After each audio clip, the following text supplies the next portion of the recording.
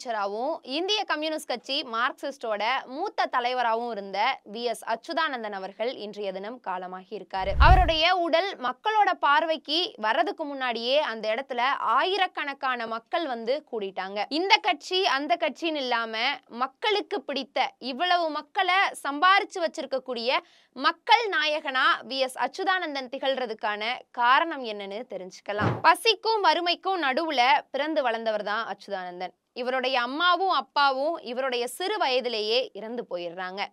11 வயதுல இருந்து உழைக்க ஆரம்பிச்சவரு அச்சுதானந்தன். மற்ற அரசியல் கட்சி தலைவர்களுக்கு இருக்கிற மாதிரி வசதிகளோ ஆதரவுகளோ இது எதுவுமே இல்லாம மக்களோட நெருக்கமான உறவுகளாலும் தான் முதல்வர் அப்படின்ற பதவிக்கு அச்சுதானந்தன் அவர்கள் வந்தாரு. குறிப்பா சொல்லணும் அப்படின்னா மலம்புழா தொகுதியில எத்தனை முறை போட்டியிட்டாலும் ஜெயிக்கக்கூடிய ஒரு நபரா வி.எஸ். அச்சுதானந்தன் அவர்கள் இருந்திருக்கிறாரு.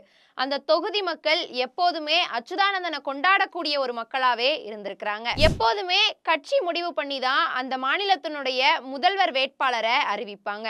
ஆனா இந்த மலம்புழா மக்களுடைய கொண்டாட்டம் தான் அச்சுதானந்தன் அவர்களை முதல்வர் வேட்பாளரா நிறுத்தணும் அப்படிங்கறத வலியுறுத்துச்சு. அதே போல 1939 ஒரு கயிறு தொழிற்சாலையில இவர் பணிபுரியும் போதுதான் பி. கிருஷ்ணபிள்ளை அவர்கள் வி.எஸ். அச்சுதானந்தன் அவர்களை சந்திச்சிருக்காரு. இதுதான் கம்யூனிச வரலாற்றுல வி.எஸ். அச்சுதானந்தனுக்கான தொடக்கமா இருந்திருக்கு. அதன் பின்பு தொழிற்சாலையில இருக்கக்கூடிய தொழிலாளர்களை ஒன்று திரட்டி பல போராட்டங்களை நடத்துறதா இருக்கட்டும், சுதந்திர இந்தியாவில விடுதலையின்றி சிறைக்கு சென்ற சில முக்கியமான தலைவர்கள்ல வி.எஸ். அச்சுதானந்தன் அவர்களும் ஒருவரா திகழ்றாரு. 1954 மாவட்ட செயலாளர், 1957 மாநில செயற்குழு உறுப்பினர், 1980 மாநில செயலாளர். கட்சி பிளவுகள், ஆட்சி மாற்றங்கள், மக்கள் போராட்டங்கள் அப்படின்னு எல்லாவற்றிலையுமே முன்னணியில நின்னவரு வி.எஸ். அச்சுதானந்தன். கருணாகரன் அரசை வீழ்த்தியதிலிருந்து அதிரப்பள்ளி திட்ட எதிர்ப்பு வரை பல நிகழ்வுகள்ல மையமா திகழ்ந்தவர். அதாவது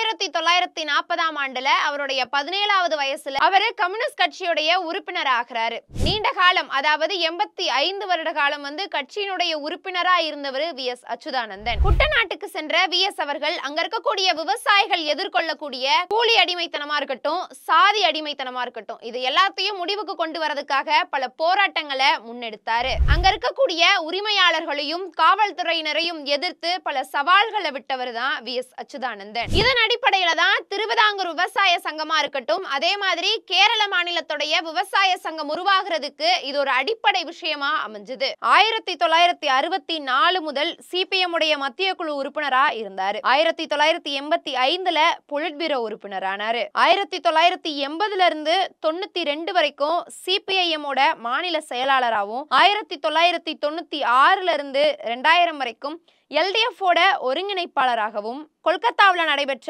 21வது கட்சி மாநாட்டில் வயது முதிர்வு காரணமா மத்திய குழுவிலிருந்து விலகினாரு. 2001 இருந்து 2006 வரைக்கும் எதிர்கட்சி தலைவராகவும், 2006 இருந்து 2011 வரைக்கும் முதலமைச்சராகவும், 2011 இருந்து 2016 வரைக்கும் எதிர்கட்சி தலைவராகவும் தொடர்ந்தாரு. எல்லா பதவிகளையும் தனக்கென ஒரு முத்திரையை பதிச்சவரு வி.எஸ். அவர்கள். 1964 இந்திய கம்யூனிஸ்ட் கட்சியிலிருந்து பிரிந்து வந்த இந்திய கம்யூனிஸ்ட் கட்சி மாற்ற உருவாக்கின 32 பேர்ல வி.எஸ். அச்சுதானந்தன் அவர்களும் தமிழ்நாடை சேர்ந்த சங்கரையா அவர்களும் 100 வயதை கடந்திருந்தாங்க. சங்கரையா அவர்கள் இறந்து ஓராண்டு முடிவடைந்திருக்கக்கூடிய இந்த சூழ்நிலையில வி.எஸ். அச்சுதானந்தன் அவர்கள் இன்றைய தினம் காலமாகி இருக்கிறது இந்திய கம்யூனிஸ்ட் கட்சி மார்க்சிஸ்டுக்கு மட்டுமில்ல மக்களுக்கும் ஒரு மிகப்பெரிய இழப்பாவே இருக்கு.